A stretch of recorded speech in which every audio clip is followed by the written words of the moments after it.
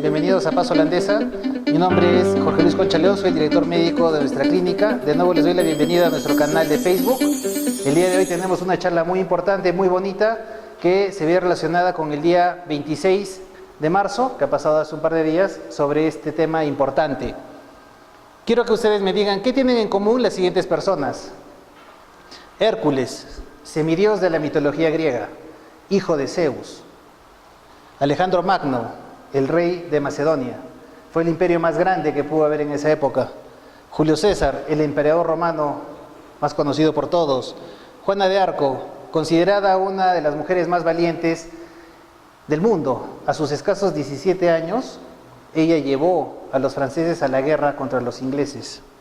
Isaac Newton, el descubridor de la teoría de la gravitación, y Albert Einstein, el tema de la teoría de la relatividad. Tenemos también a Alfred Nobel, el científico químico que inventó la dinamita. Tenemos también a Lenin, el ruso, el primer gobernador ruso que instauró el marxismo en Rusia. Tenemos a Napoleón Bonaparte, el rey de Francia. ¿Saben qué tienen en común todos ellos? Todos ellos sufren y han sufrido de epilepsia. Entonces, la epilepsia es una enfermedad muy frecuente en nosotros. Paz Holandesa se caracteriza por ser una institución que quiere darle mucha énfasis al tema de epilepsia en niños. Contamos con muchos profesionales. Tenemos al doctor Miguel Talavera, gran neurólogo pediatra, al doctor Espinosa, nuestro neurocirujano, que más adelante va a continuar las charlas de cómo tratar la epilepsia de manera quirúrgica. Bueno, obviamente antes de hablar de la epilepsia tenemos que saber identificar qué son convulsiones. ¿Listo? Porque epilepsia es la enfermedad. Lo que primero nosotros tenemos que identificar qué son convulsiones. Las convulsiones son la urgencia neurológica más frecuente en pediatría. Una crisis convulsiva es una descarga sincrónica excesiva de un grupo neuronal que, dependiendo de su localización, se manifiesta con síntomas motores, movimientos, sensitivos, exceso de luz, olfatos, autonómicos o de carácter psíquico, con o sin pérdida de conciencia. Las convulsiones pueden ser sintomáticas o secundarias, es decir, que es debido a un trastorno. Puede ser una hipoglicemia, es decir, una baja cantidad de azúcar en la sangre, traumatismo, es decir, golpes, accidentes, fiebre, que es lo más importante para los niños, fiebre, o una infección del sistema nervioso central, que es la famosa meningitis. O puede ser de carácter idiopático, es decir, que no tenemos una causa aparente. En niños, nosotros tenemos, obviamente, neonato, consideramos hasta los 28 días de nacido, lactantes hasta los 2 años, niños hasta los 12 y adolescentes más de 12 años. ¿Cuál es la causa más frecuente en neonatos? Bueno, nosotros. Acá aparecen la mayor cantidad de problemas, tanto las convulsiones febriles, las infecciones del sistema nervioso o meningitis, las alteraciones hidroelectrolíticas cuando tienen poco sodio los niños en el cuerpo, las intoxicaciones como el caso pues de los envenenamientos, bueno, y la epilepsia en sí. Las convulsiones febriles son la causa más frecuente de crisis convulsiva en la infancia. De hecho, el 2 a 4% de todos los niños han tenido algún episodio de ello. Las crisis convulsivas son más frecuentes de la edad de los 6 meses hasta los 5 años de edad, con mayor frecuencia entre el año y medio y los 2 años. Puede haber una ausencia, una afectación intracraneal, por eso que todo niño que tiene una crisis por fiebre, cuando va al hospital hay que hacerle una punción lumbar. Bueno, el riesgo de reincidencia, es decir, que vuelva a ocurrir la crisis convulsiva, es de un 30%. Los principales factores de riesgo son primera crisis, es decir, la primera convulsión febril antes de los 12 meses de edad, antes del año, o antecedentes de papás. Si ustedes, los papás, han tenido una convulsión febril, hay que tener mucho cuidado con el niño, sobre todo si el niño excede la temperatura de 38.5 grados. ¿Listo? Tiene que haber, hay una relación muy directa entre la aparición de la fiebre y la aparición del cuadro convulsivo. Mientras más rápido aparece la fiebre y más rápido aparece el cuadro convulsivo, es muy probable que ese niño pueda terminar en una epilepsia. ¿Cuál es la actitud frente a una convulsión? ¿Qué es lo que nosotros los padres debemos tener en cuenta? Y esto es lo que todos los pediatras y los médicos y los profesionales de salud les van a preguntar. Entonces, por favor, tomen nota. ¿Dónde se encontraba el niño en el momento de la convulsión? ¿Qué estaba haciendo? ¿Hubo algún acontecimiento desencadenante? ¿Existió pérdida de conciencia? Obviamente esa pérdida de conciencia, ¿cuánto duró? ¿Qué tipo y cuál fue la secuencia de los movimientos? ¿Hubo desviación de la mirada? ¿Ruidos respiratorios guturales, es decir, de la garganta? Cianosis, se puso azulito. Salivación, incontinencia de esfínteres. Hizo la pilita, se hizo la caquita. Acuérdense de estas preguntas porque todos los pediatras les vamos a preguntar ello. El neurólogo también. Entonces, obviamente la epilepsia, ¿qué es? Esto es de acuerdo a la Liga Internacional contra la Epilepsia, es al menos 2 crisis epilépticas no provocadas, es decir, idiopáticas, que ocurren separadas por un plazo superior a 24 horas, o una sola crisis epiléptica no provocada, unido a una alta probabilidad de que el origen causal de la misma, pero esa es mucha teoría, mejor vámonos a lo práctico. Condición caracterizada por crisis epilépticas recurrentes, 2 o más, ¿listo? No provocadas por alguna causa inmediatamente identificable. Es decir, que su hijo convulsiona más de 2 veces. Hay una alta probabilidad de que su niño sea epiléptico. La prevalencia de la epilepsia en la población escolar oscila entre el 2.6 y el 5.7%. Aunque no lo crean, eso equivale a nivel mundial a más de 50 millones de habitantes. El 17.2%, casi el 18%, de todas las epilepsias se inician entre los 3 y los 6 años de edad. Acá tenemos una pequeña estadística del Hospital Nacional Carlos Alberto Seguín Escobedo, donde podemos ver que en el año 2008, de los 115 niños que se atendieron en ese año, más de la mitad de los niños, el 57% vinieron con crisis sin fiebre. Pero de este número de 66 niños, 61 ya se identificaron como epilepsias. ¿Listo? Obviamente que las crisis sin fiebre fueron menos del 50%, obviamente, pero que casi el 40% de estas fue debidas a convulsiones febriles. Bueno, datos importantes en el tema de la epilepsia. Es universal, como les he dicho, hasta en la mitología griega la han descrito. Existen más de 50 millones de afectados. El 85% de esas personas viven en países en vías de desarrollo. El 60% de todas las epilepsias comienzan en la edad pediátrica. Bueno, los pacientes sufren más por las actitudes negativas que por la misma epilepsia. Ese es un cuadro muy importante, ¿por qué? Porque tienen mucho miedo a decir a la sociedad que sufren de epilepsia por el tema de rechazo. Por lo anteriormente descrito, se entiende la epilepsia como un problema de salud pública. En 1997, es decir, hace más de 20 años, que tanto la Liga contra la Epilepsia, la Organización Mundial de la Salud y la Oficina Internacional para la Epilepsia indicaron este dicho: la epilepsia fuera de las sombras, porque hay más personas que sufren de esta enfermedad, pero que no están viniendo a tratarse. No se preocupen de los niños. Bueno, obviamente cuando hablamos de crisis epilépticas hay muchas, que para comentarles podemos seguir hablando todo el día, pero no es realmente la opción de esta charla, ¿ya? Esto tenemos que verlo obviamente con nuestros especialistas. ¿Qué son los síndromes epilépticos? Los síndromes epilépticos son aquellos síndromes que ya tienen su nombre y apellido. Es decir, que son trastornos epilépticos, porque es una persona que convulsiona más de 2 veces, que se agrupan en una serie de manifestaciones clínicas y eléctricas bien definidas por ellos. Es decir, que ya tienen su diagnóstico de epilepsia, pero ya tiene su nombre y su apellido más. Como el caso, por decir, del síndrome de West, convulsiones febriles, síndromes de Lennox-Gastaut, que son personas que las descubrieron. ¿Cuál es el tratamiento? Hay varios tratamientos que hemos venido acá. Hay el tratamiento médico, hay el tratamiento quirúrgico y también hay tratamientos alternativos.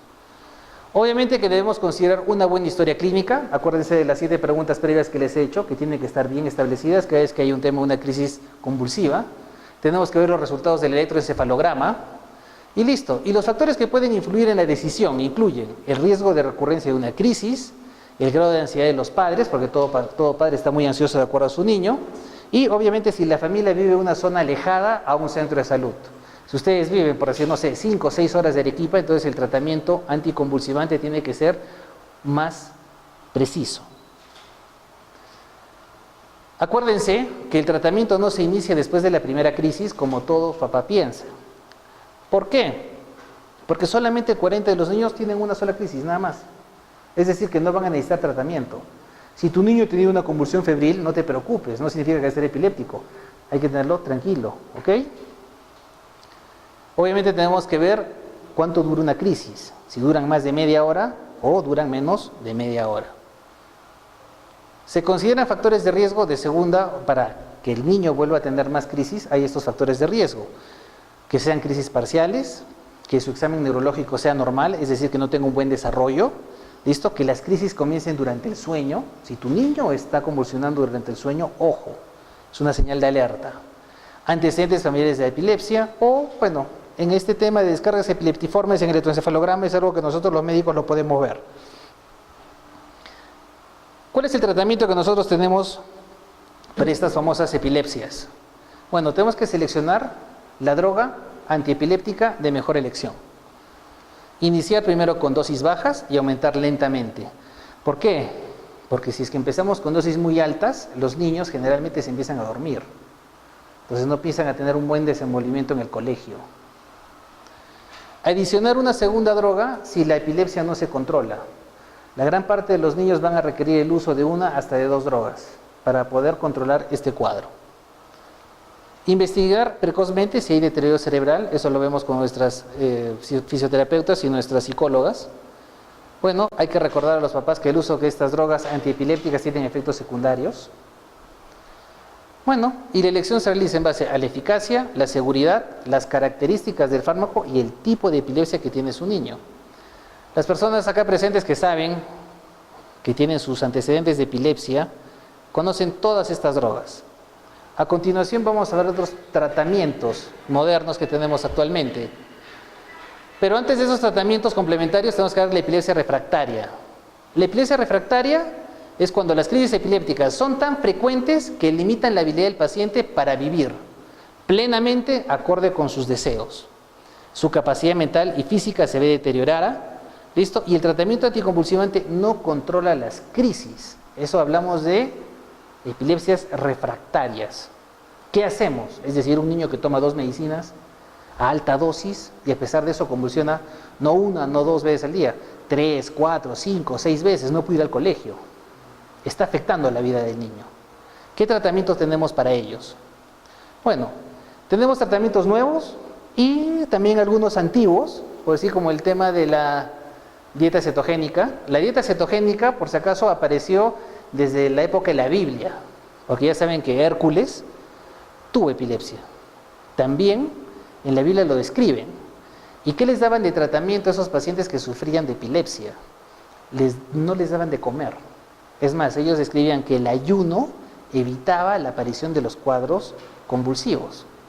Entonces, a raíz de ello, recién más o menos en 1921, vino un investigador que indicó que la dieta de un niño, obviamente de todos nosotros, está basado en proteínas, en carbohidratos y en lípidos. Los lípidos tienen la función especial de almacenar energía. Las proteínas se encargan de restaurar, como dice, la estructura del cuerpo. ¿Y nosotros de dónde sacamos toda la energía? La sacamos de los carbohidratos. Este científico indicó que cambiar la dieta a puro lípido, pura grasa. Pero ojo, no estamos hablando de grasas de salchipapa, ojo, estamos hablando de grasas naturales, aceite de oliva, ¿listo? Paltas, una dieta que nos la da la nutricionista. Y se dieron con la sorpresa de que esta dieta altamente rica en lípidos disminuía la aparición de convulsiones. Es por eso que en Johns Hopkins, el hospital de Baltimore de Estados Unidos, el más reconocido a nivel mundial, a finales del año 80 empezó con esta dieta. Y en 1977 Meryl Streep, que era una actriz muy famosa en esa época, crean la película basada en hechos de la vida real, First Do No Harm, primero no hagan daño, que es el caso de una familia que tenía un niño con epilepsia refractaria, que acude donde este médico y le da la dieta cetogénica. Y, bueno, milagrosamente el niño dejó de convulsionar. Esta dieta todavía sigue avanzando, entonces es cuestión de poderlo conversar tanto con el área de nutrición como el área de neurología. Tenemos la cirugía en epilepsia, que obviamente tenemos a nuestro doctor Espinosa, gran neurocirujano, que nos va a acompañar el día de hoy y que les va a explicar específicamente la terapia de la cirugía. Tenemos la estimulación cerebral o las técnicas de neuroestimulación, que ¿qué consiste?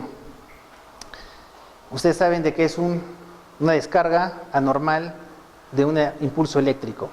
Entonces, ¿qué hacemos con esta estimulación cerebral? Es como un marcapaso. La persona tiene un marcapaso acá en el tórax y se van colocando electrodos dentro de su cerebro y el marcapaso comienza a lanzar señales, pero son señales controladas que bloquean la aparición de las señales anómalas de la epilepsia. Acuérdense que la epilepsia es una descarga normal de energía. La termocoagulación por radiofrecuencia, bueno, esto ya estamos hablando un poquito más avanzado. En pocas palabras, esto es como que te hacen un electroencefalograma, pero internamente a nivel cerebral, te colocamos los electrodos, vamos captando en ese momento por dónde aparece el foco de la epilepsia, le aumentamos la temperatura y quemamos los focos epilépticos. Todos estos estudios o técnicas están siendo ya validadas. Estas dos primeras, la estimulación cerebral, la termocoagulación, ya están aprobadas en Estados Unidos y Europa. Nosotros, cuestión de un par de años para poderlas traer. Y tenemos la termoterapia con empleo de láser. Bueno, obviamente la persona la ponemos dentro del resonador, dentro del tomógrafo, un resonador especial. La ponemos, la sedamos, un huequito, introducimos un catéter que tiene un láser adentro, ubicamos a través de la resonancia y el electroencefalograma por dónde está el foco epiléptico y le disparamos. Y con eso también podemos tratar la epilepsia. ¿Qué debo pensar? Las crisis causan más temor en los padres, ¿listo? Y sobre todo a los testigos que están presentes. El diagnóstico de crisis epiléptica a un niño puede afectar mucho a la mamá. Tanto afecta a las mamás que pueden hacer depresión, porque la gran mayoría de personas le echan la culpa a la mamá y la mamá no es culpable de ello. Pero les digo, la tercera parte de mamás sufre de depresión por estos casos. Bueno, hay que educar a los niños y a los padres y a todas las personas acerca de cómo tratar estos casos. Pero bueno, en la epilepsia tenemos que ver los hábitos de vida, tanto para niños como para adultos. Tomar la medicación según las indicaciones del neurólogo. La gran mayoría de peruanos, ¿qué hacemos? Estamos diagnosticados con epilepsia, nos dan el medicamento, no tenemos crisis por, no sé, 1, 2, 3 años y ¿qué dicen? Ya me curé. Y dejan de tomar la medicación. Entonces, ¿qué sucede? Pasan 1, 2, 3 meses y empiezan los problemas de la convulsión. Y a veces hay que aumentarles más la dosis. Esto es una enfermedad. Eso es como la hipertensión arterial, como la diabetes. Si a mí me dan una medicación, es para toda la vida. Mientras yo tome esta medicación, voy a estar controlado. El día que no tome la medicación, van a aparecer los problemas. Bueno, reducir el nivel de estrés. Obviamente esto de acá para los adultos, definitivamente bajar el alcohol, nada del otro. ¿Listo? Una alimentación variada, sana. Podríamos ver el tema de la dieta cetogénica, que con sus niños, si sacan cita con nosotros, podemos hablarlo con el área de nutrición. Tener mucho cuidado con la fiebre. Bueno, ¿qué hacemos con una persona con crisis? Y esto es así para todos nuestros oyentes del canal de Facebook. ¿Qué es lo primero que todos hacemos cuando una persona tiene una crisis convulsiva? La gran mayoría de peruanos y de personas que no están instruidas, ¿qué hacen? 1. La persona cuando tiene una crisis convulsiva pierde el conocimiento y se va a caer al piso. ¿Cierto? Cierto. La gran mayoría de peruanos, ¿qué quiere? Le quiere echar agua. Por favor, no le echen agua a la persona que está con la crisis convulsiva.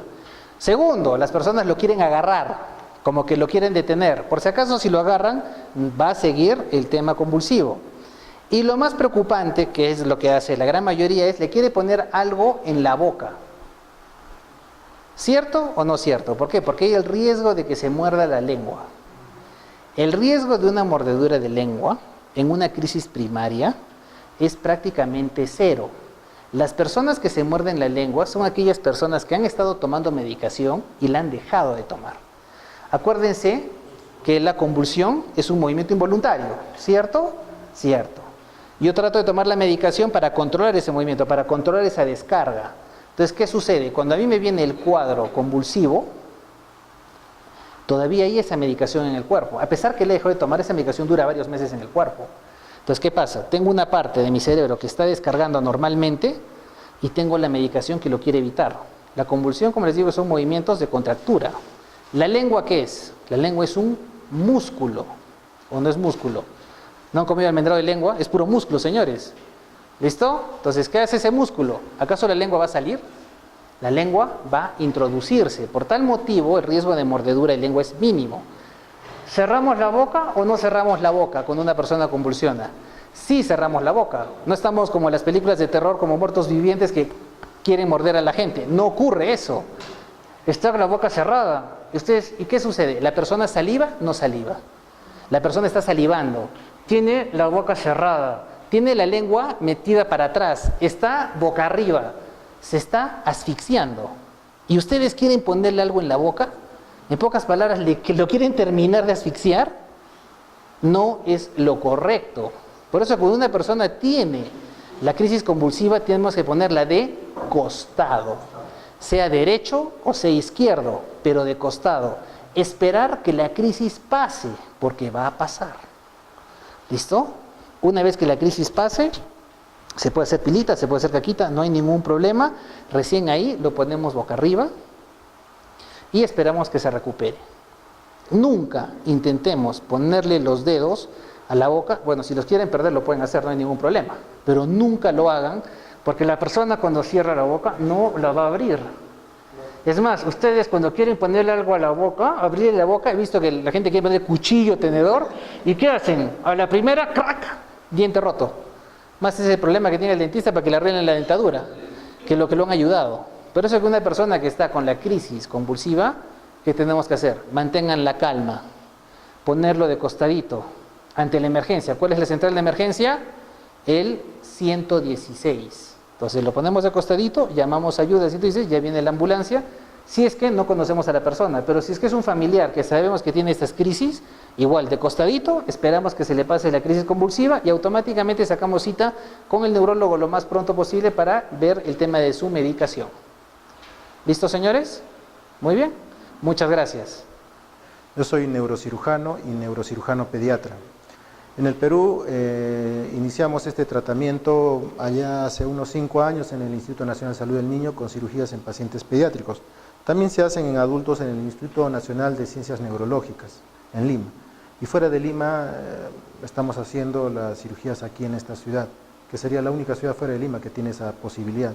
Para eso se necesita, obviamente, un equipo. No es solo un médico, es un equipo de médicos que está conformado por el neurólogo, el especialista en epilepsia. No es un neurólogo general, sino una persona que haya tenido capacitación en epilepsia, en electroencefalografía, en videoelectroencefalografía, psicólogos, psiquiatras, hasta rehabilitadores, intensivistas, anestesiólogos. Conformar todo ese equipo es el reto. Principalmente los casos de epilepsia son vistos por los neurólogos, pero para que un neurólogo decida en qué momento mandar un paciente al neurocirujano para que pueda ser operado, se tiene que conversar y trabajar en equipo. Ya muy bien, vamos a ver algo brevemente. Ya el doctor ya hizo una presentación muy buena sobre lo que es la epilepsia.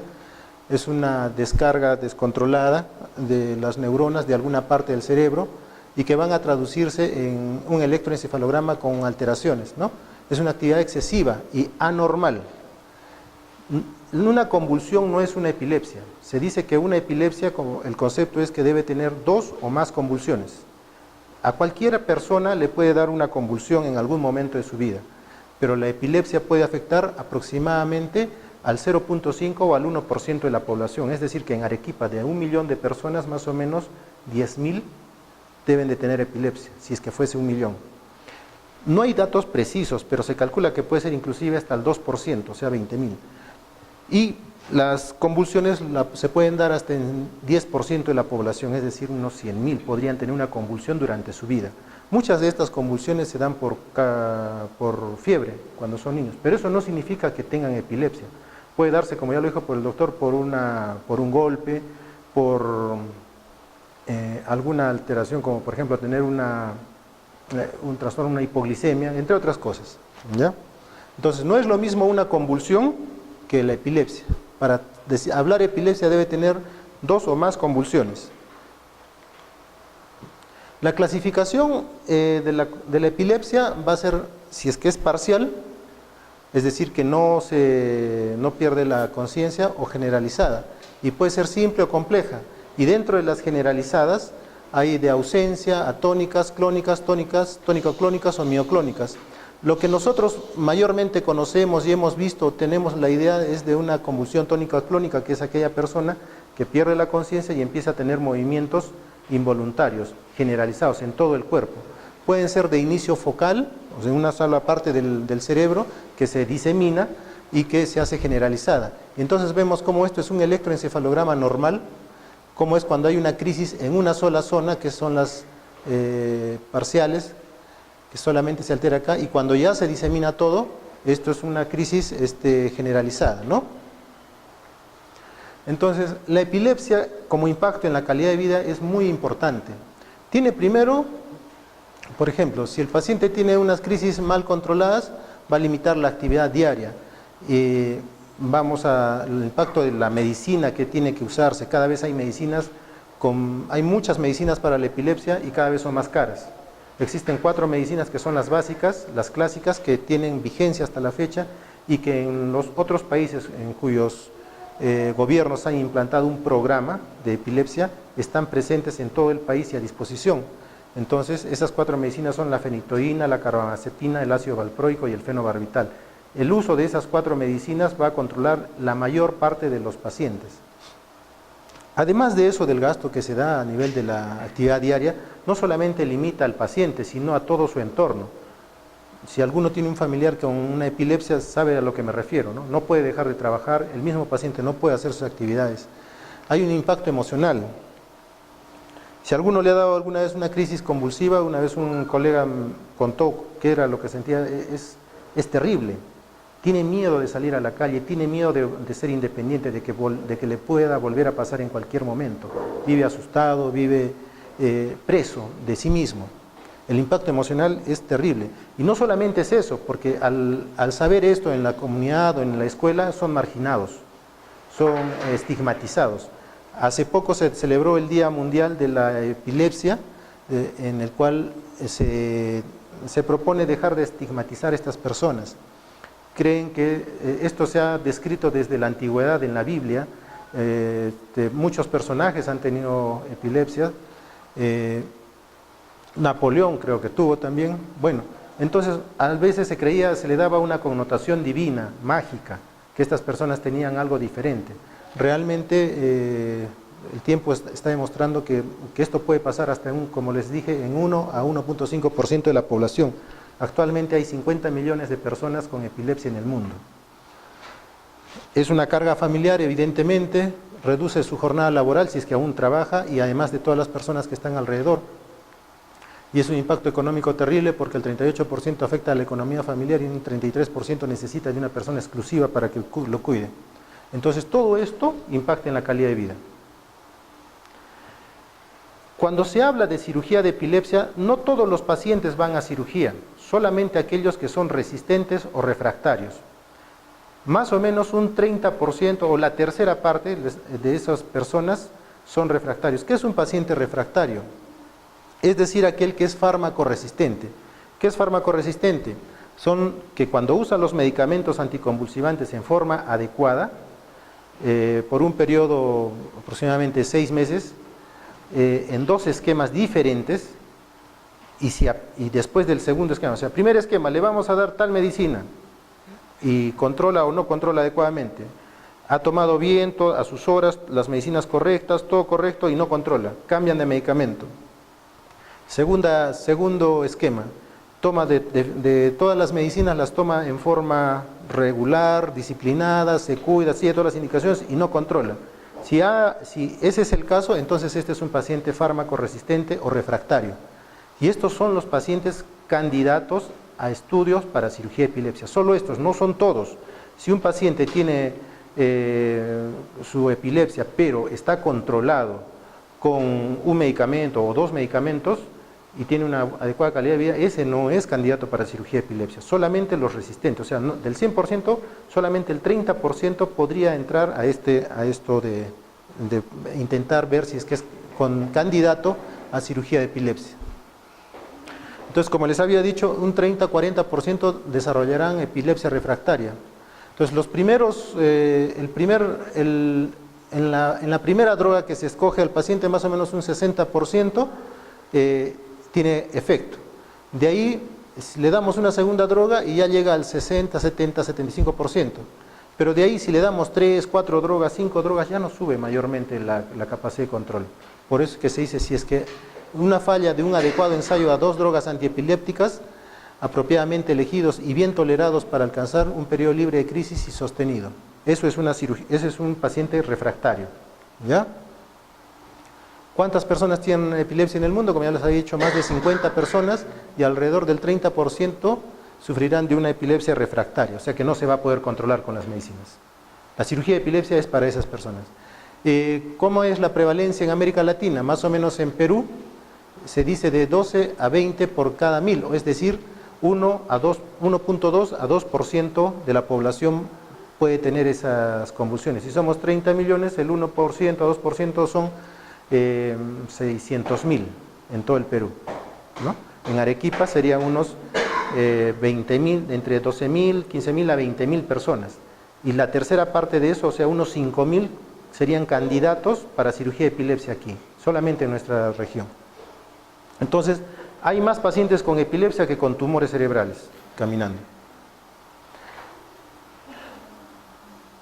Entonces, ¿qué es la cirugía de epilepsia?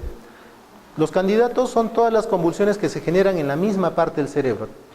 El neurólogo, especialista en epilepsia, lo que tiene que determinar es que si ese paciente, si las crisis de ese paciente se originan en una parte del cerebro, esos son buenos candidatos. Hay pacientes que tienen orígenes en 2, 3 o muchas partes, muy diseminadas. El objetivo de la cirugía es retirar ese foco epileptógeno. Si es que es algo sencillo, ¿no? Desde el punto de vista, si lo vemos así de simple, hay un foco epileptógeno que está causando la epilepsia. Retiramos ese foco, la epilepsia debe ser controlada teóricamente, ¿no? Entonces el reto es encontrarlo. Y para eso existe hay que hacer un estudio detallado. O de repente que la epilepsia no esté en una zona que controla, por ejemplo, el habla o el movimiento. Hay partes del cerebro que controlan eso. Entonces, el retirar esa zona dejaría al paciente lisiado o con una secuela. O en parte del cerebro que no haya una función en una parte del cerebro donde se tenga que operar. Entonces, tenemos que determinar eso. El gold estándar para hablar de cirugía de epilepsia se basa en esto. El electroencefalograma, pero con video. No había en Arequipa, hasta este mes recién lo estamos teniendo. En el Perú hay como 4 o 5 máquinas especiales que se llaman video electroencefalograma. Y si no lo había, obviamente nadie podía hablar hasta hace poco de cirugía de epilepsia. Entonces es un sistema con software que hace un electroencefalograma, pero lo está filmando. Un 30 o 40% de las crisis que uno ve no son realmente crisis, son pseudocrisis. Entonces, ¿qué es una pseudocrisis? Que a pesar de que el paciente está temblando, o así por decirlo, está en un ataque, no se traduce en una alteración en el electroencefalograma. Un 30-40% son pseudocrisis. Entonces no vamos a operar o dar tratamiento a uno que no es de repente una verdadera epilepsia. Y el tratamiento que se da es en base a esto. Entonces, este video electroencefalograma hace exámenes de 12 o 24 horas permanentes. Si alguna vez alguno ha visto un electroencefalograma estándar, es 15 a 20 minutos. Y es posible que de las 24 horas del día, en esos 15 a 20 minutos el paciente esté normal. Por lo tanto, no sabemos dónde se originó la epilepsia. Y es importante monitorizarlo. Entonces, como les dije, recién acaba de llegar a Arequipa este equipo y estamos en aras ya de operativizarlo. Y como les dije, en el Perú solamente hay 4 o 5 instituciones que los tienen, y todas en Lima. Segundo examen importante para la epilepsia, la resonancia magnética nuclear. Por suerte acá tenemos alrededor de 4 o 5 resonadores. Y solo hay uno de 3 teslas. Las teslas es la potencia que tiene el resonador, es decir, como una cámara tiene 10 megapíxeles, pero otra tiene 20. Entonces en Arequipa hay resonadores que tienen 1.5 teslas y solo hay uno que tiene 3 teslas. A mayor potencia en el campo magnético se ven mejor algunas lesiones. No todos los tomógrafos son iguales, o resonadores, perdón. Hay diferencias, a pesar de que el costo en el mercado sea lo mismo. Entonces, uno de 3 teslas puede identificar mucho mejor que uno de 1.5. Entonces, se puede hacer, de identificar de repente alguna lesión, porque lo que les he dicho es que el reto es decir en dónde está la lesión para poder retirarla, si es que es adquirida o si es que es desde el nacimiento. Ahorita vamos a hablar algo de eso. Entonces, la mayoría de los pacientes refractarios son pacientes que tienen lesión en el hipocampo, y esto es algo muy importante. La lesión en el hipocampo se ha visto que muchos de los casos han sido a consecuencia de las crisis febriles. Muchos de los pacientes que han presentado crisis febriles de niños, en el futuro, de adultos, tienen mayor posibilidad de hacer epilepsia que aquellos que no presentaron. Por eso es cuando tenga un niño con fiebre, es importante, bueno, como mamá deben de tener, o como padres deben de tener un termómetro siempre a la mano. Si tiene fiebre, bajarle la temperatura con los medios físicos, con sus pañitos, desabrigarlo. Muchas mamás en la creencia de que si lo desabrigo se resfría, no, es peor, lo abrigan más y convulsiona con más facilidad. Estos pacientes, por ejemplo, de repente, si han tenido, se ve desde el nacimiento, ¿ya? O inclusive desde el embarazo las posibilidades. Si es un paciente que ha dado parto domiciliario y de repente no respiró bien, ya tiene cierta predisposición para que en el futuro pudiese convulsionar. Entonces tienen que tener controles adecuados, sanidad adecuada. Muchos de los casos de epilepsia se da por una mala salubridad. Parásitos, frutas mal lavadas, manos mal lavadas, uñas largas, no se lavan bien las manos después de ir al baño, etcétera, etcétera, etcétera. Y por esas cosas que son básicamente de higiene y salubridad, la tasa de incidencia de epilepsias en países de Latinoamérica, el África, en vías de desarrollo, es el doble o triple que un país que ha solucionado estos problemas. ¿Entienden? Porque no tienen desagües completos, o toda la población no tiene agua potable, no tiene servicios básicos, no tuvieron los controles prenatales adecuados, todas esas cosas influyen. Por eso es que nosotros tenemos más epilépticos que Estados Unidos, que Europa, que Francia, que Japón. Y es por eso. Entonces, muchos pacientes que hacen crisis convulsivas están relacionados al lóbulo temporal. Y en una resonancia se ve que esta parte del lóbulo temporal, que es el hipocampo, está mucho más pequeña que esta. Entonces, los resonadores inclusive miden el volumen. Si el electroencefalograma identifica también que esta es la zona y el examen clínico, la entrevista, identifica que es este tipo de epilepsia, de convulsión que corresponde a esta zona, pues bien, este paciente se va a beneficiar de una cirugía de epilepsia. Hay otros estudios que ya son complementarios.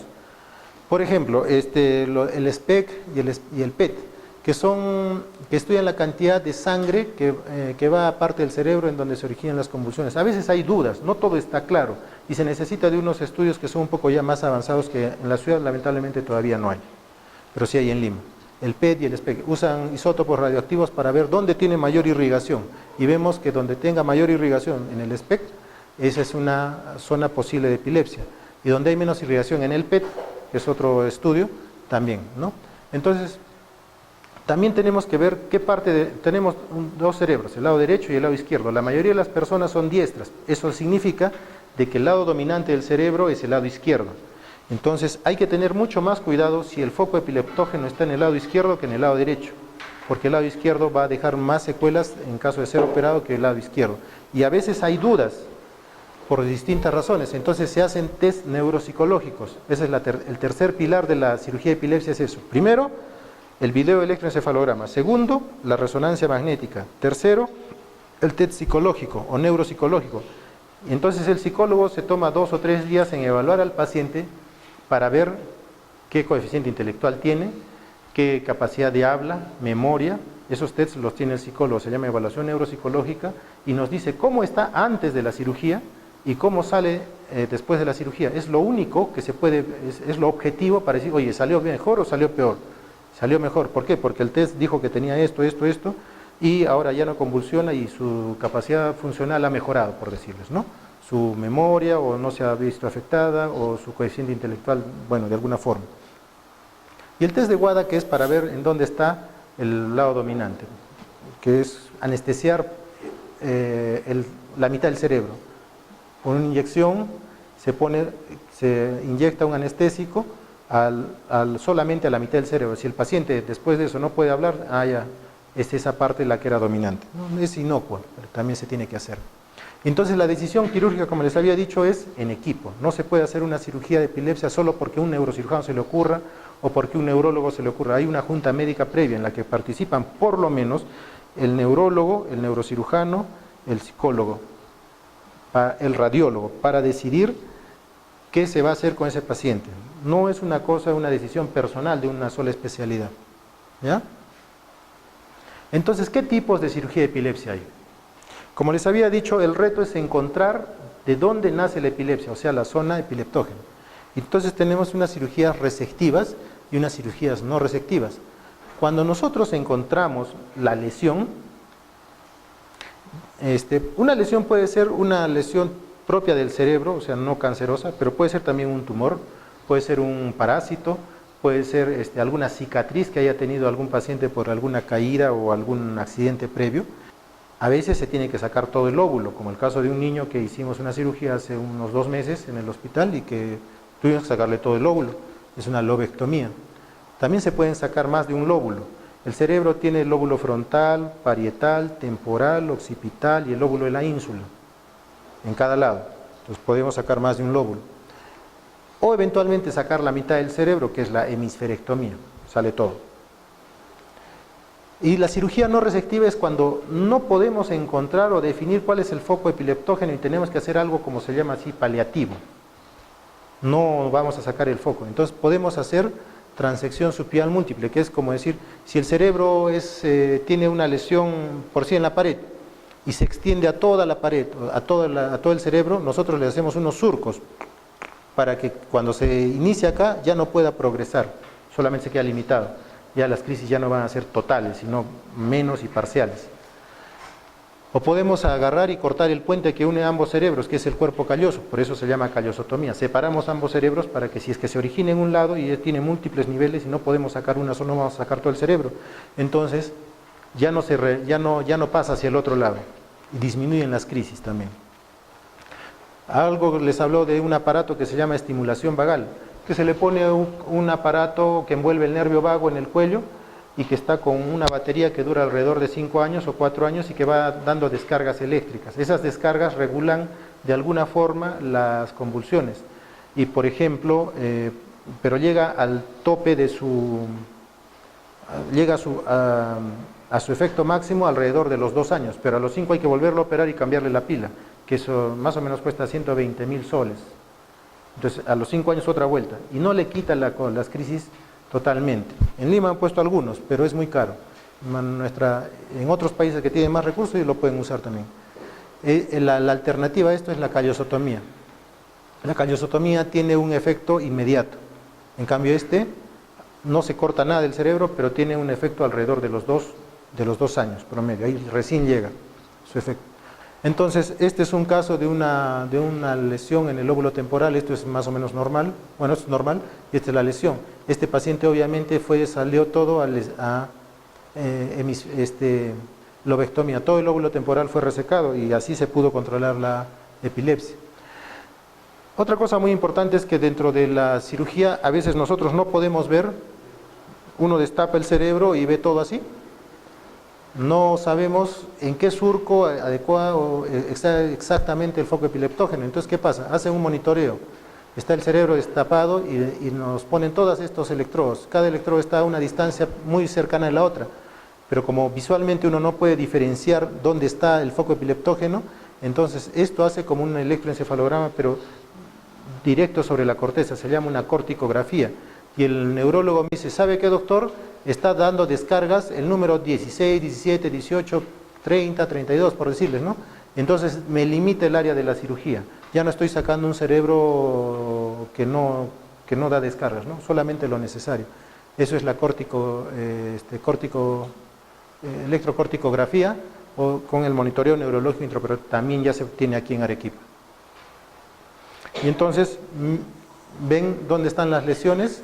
Y aquí están los electrodos y dicen, este es el que está mal, este está mal, y entonces ya me delimita hasta dónde tengo que resecar. No hay mucho drama en resecar el cerebro, porque si ese cerebro está alterado y está más provocando problemas, es como un revoltoso dentro de una fiesta, mejor se lo retira y todas las demás neuronas siguen tranquilas. Hay otras condiciones en las que, por ejemplo, Este paciente tuvo una encefalitis, una infección al nacer o de pequeño, o síndrome de Rasmussen, y lo que ha dejado es toda una cicatriz de cerebro. Esto es un cerebro más o menos normal, pero todo este cerebro está alterado. Entonces, ¿qué es lo que se hace con eso? Pues se retira todo el cerebro. En niños principalmente, esto se hace una hemisferectomía, se corta y solamente queda la mitad. Lo que estaba acá, la verdad, no sirve. O sea, lo único que hace es generar crisis convulsivas. Entonces se retira todo. Esas son hemisferectomías que también ya hemos hecho varias en el Hospital del Niño cuando estaba trabajando allá. Lo que les había dicho, el cuerpo calloso. El cuerpo calloso es una estructura que une ambos cerebros. Son dos mitades y se unen por el cuerpo calloso. Y lo que se hace es cortarlo, seccionarlo simplemente. Es como derribar un puente para que las personas, en este caso las convulsiones, no se traspasen de un lado al otro. Eso es el cuerpo calloso. Y se reseca todo. Se hace la incisión, se corta todo.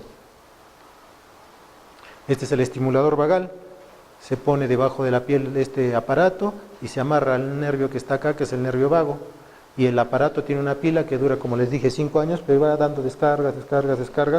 Y no se sabe realmente cuál es el mecanismo, pero que disminuye las crisis convulsivas, las disminuye. Los resultados son que las cirugías, cuando es el lóbulo temporal, son muy buenas, más o menos un 75-80% de los pacientes va a quedar libre de las crisis. No es el 100% tampoco. En el lóbulo frontal también es bueno, pero es mejor en el lóbulo temporal dentro de todas las cirugías. Afortunadamente el 70% de los pacientes que van a cirugía de epilepsia son del lóbulo temporal. Hay que estudiar, las crisis de ausencia son muy frecuentes en niños y eso hay que decirles a los profesores. Muchas veces los padres son llamados al colegio porque su hijo se distrae mucho. No es que se distraiga, está teniendo epilepsia. ¿Cómo así? Está de repente haciendo algo y se queda quieto mirando al horizonte o perdido. Pasan segundos y despierta. ¿Qué te pasa? Y el niño no recuerda. No sé. Y muchos lo toman como, está distraído. No es cierto, está teniendo crisis. Hay que evaluarlo y de repente es probable que se le pueda hacer algún tipo de cirugía. Pero tiene que tener una evaluación. Y la evaluación, como les dije, era antes incompleta, solamente era muy parcial con un electroencefalograma estándar, que eso no nos da mayor cosa. Hay otros hospitales en los que se hospitaliza al paciente para hacerle el video electroencefalograma una semana. Está toda la semana con todo eso, con todos los electrodos. Se tiene que encontrar.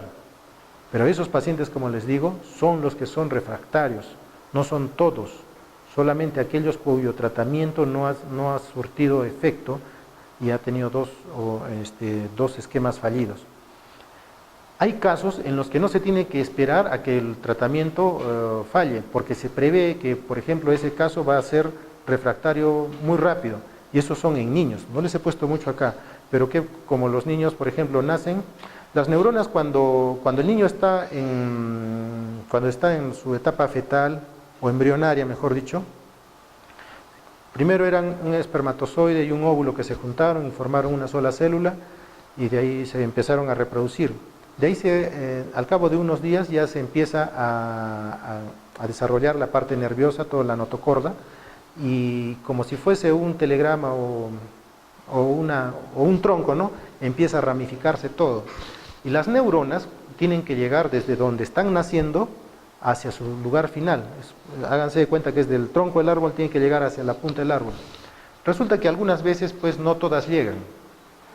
Y entonces se desvían del camino o se quedan en medio camino. Eso se llama un trastorno de la migración neuronal. Y entonces esas neuronas que se han quedado perdidas o a medio camino son casos de pacientes que van a hacer epilepsia refractaria rápidamente. Y son niños que empiezan a los meses o al año de vida, 2 años, y le dan todas las medicinas, controla un tiempito, pero después rápidamente llega a la refractariedad. Esos casos deben que ir a cirugía de epilepsia.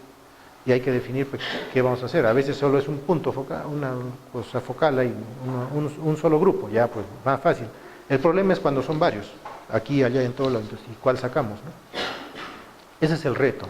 Existen centros de cirugía de epilepsia básicos y avanzados. En el Perú no hay ninguno avanzado todavía. Estamos intentando poner centros de cirugía de epilepsia básicos, porque la cantidad de profesionales que se necesitan son bastantes y son muchos años de especialidad, muchos. Epileptólogos hay pocos en el Perú, no pasan de 5, tal vez de 3, que hayan tenido, después de ser neurólogos, 2 o 3 años más, estudiar en el extranjero, porque en el Perú no hay, solamente epilepsia, nada más. Los neurólogos son neurólogos generales, no lo saben todo. Yo soy neurocirujano y para ser neurocirujano de epilepsia tienes que tener otra subespecialidad además, pero sí ya se han hecho los casos necesarios para la cirugía de epilepsia. El costo es caro. Solamente los exámenes, el video, por ejemplo, el costo más o menos del video electroencefalograma es 200 soles la hora, multiplica por las horas que tengas que hacer. Eso solo para el diagnóstico, a veces necesitan 12, 24 horas.